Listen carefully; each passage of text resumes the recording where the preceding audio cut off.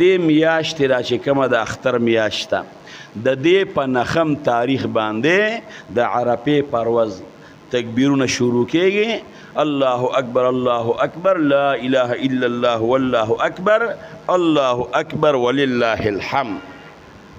هر انسان چې هغه بالغي برابر خبره که مقیم دی که مسافر دی که ښځه ده او که سړی دی که ځوان دی او که دی بوډا دی په ده باندې دا تکبیرات یو ځل ویل دا واجب دی.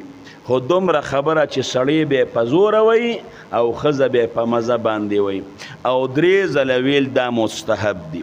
نو د عرفې ورځ یوه شوه، بیا د اختر ورځ دویمه شوه او بیا ورپسې د اختر دویمه ورځ دا درېیمه شوه که نه. دېرشتو منځونو پسې بس څو منځونو پسې؟ دېرشتو منځونو پسې به شماره.